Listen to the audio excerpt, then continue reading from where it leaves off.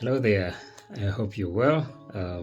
This is day 68 of the Bible in 1 Year Challenge, Deuteronomy chapter 29, 30, and 31.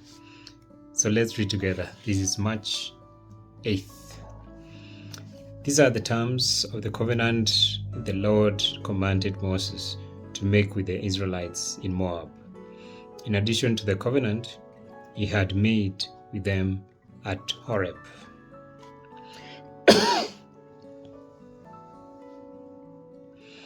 Moses summoned all the Israelites and said to them, "Your eyes have seen all that the Lord did in Egypt to Pharaoh, to all his officials and to all his land.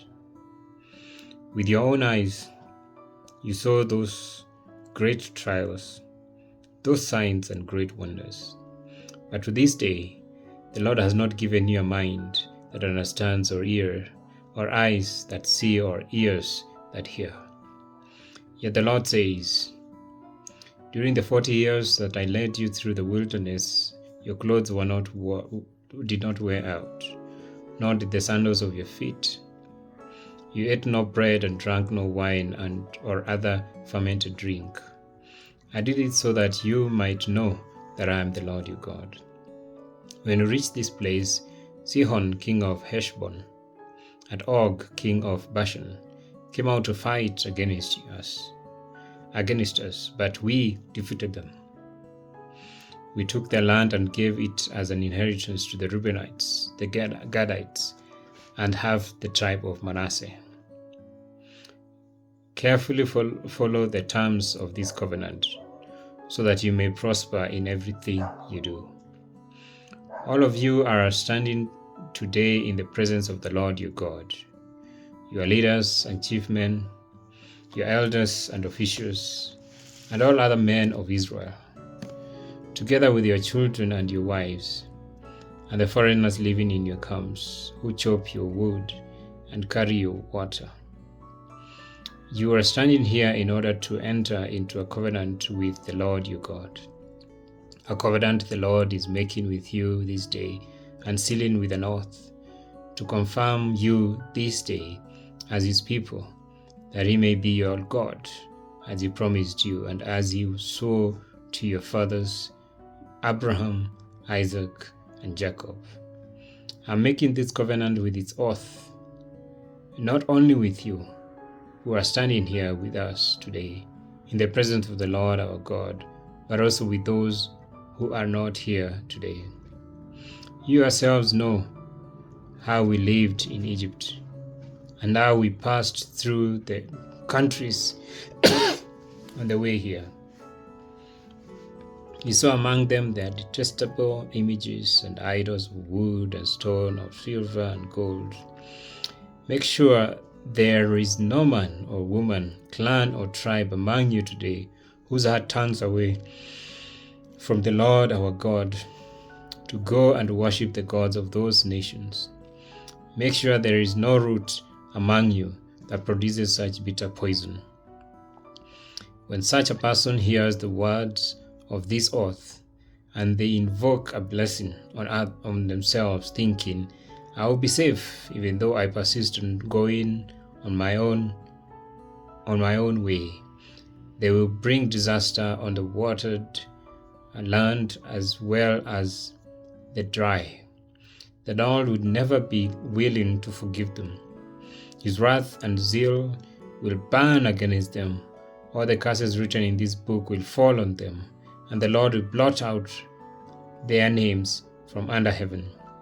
The Lord will single them out from all the tribes of Israel for disaster, according to all the curses of the covenant written in this book of the law.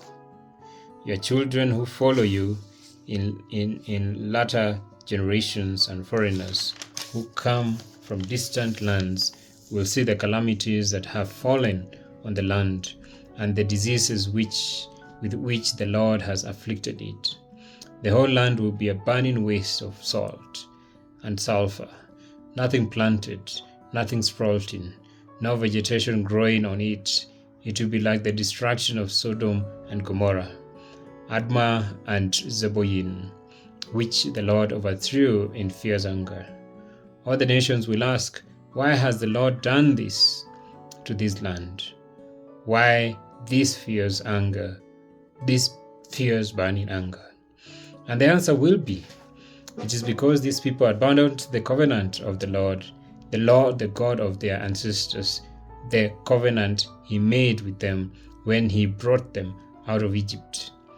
They went off and worshipped other gods and bowed down to them, gods they did not know, gods he had not given them. Therefore the Lord's anger burned against this land, so that he brought on it all the curses written in this book. In furious anger and in great wrath, the Lord uprooted them from their land and thrust them into other land as it is now. The secret things belong to the Lord our God, but the things revealed before belong to us and to our children forever, that we may follow all the words of this law. Chapter 30.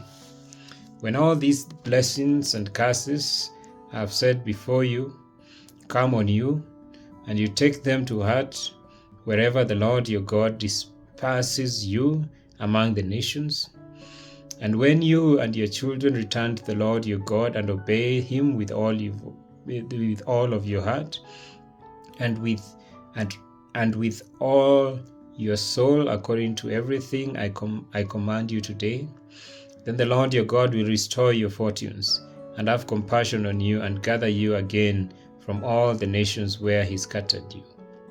Even if you have been banished to the most distant land under the heavens, and from there the Lord your God will gather you and bring you back. He will bring you to the land that belonged to your ancestors, and you will take possession of it. He will make you more prosperous and numerous than your ancestors. The Lord your God will circumcise your hearts and the hearts of your descendants, so that you may love him with all your heart and with all your soul and live. The Lord your God will put all these curses on your enemies who hate and persecute you. You will again obey the Lord and follow all his commands I am giving you today. Then the Lord your God will make you most prosperous in all the work of your hands and in the fruit of your womb, the young of the livestock and the crops of your land. The Lord will again delight in you and make you prosperous, just as he delighted in your ancestors. If you obey the Lord your God and keep his commands and decrees that are written in this book of the law, and turn to the Lord your God with all your heart, with all your soul. Now what I am commanded you today is not too difficult for you or beyond your reach. It is not up in heaven, so that you may ask, who will ascend into heaven to get it, or proclaim it to us, so we may obey it.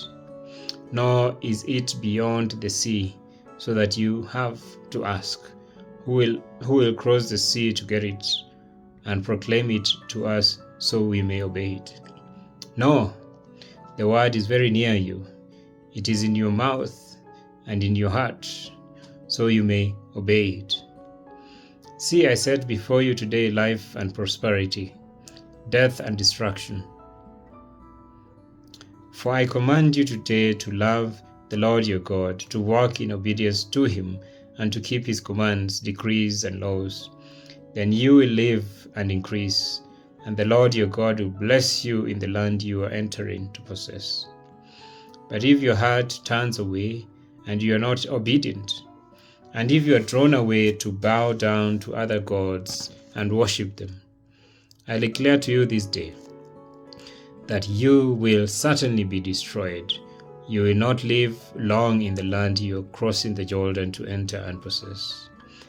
This day I call the heavens and the earth as witnesses against you, that I have set before you life and death, blessings and curses. Now choose life, so that you and your children may live, and that you may love the Lord your God, Listen to his voice and hold fast to him. For the Lord is your life, and he will give you many years in the land he swore to give to your fathers, Abraham, Isaac, and Jacob. Thank you so much. Amazing, amazing blessings that follow.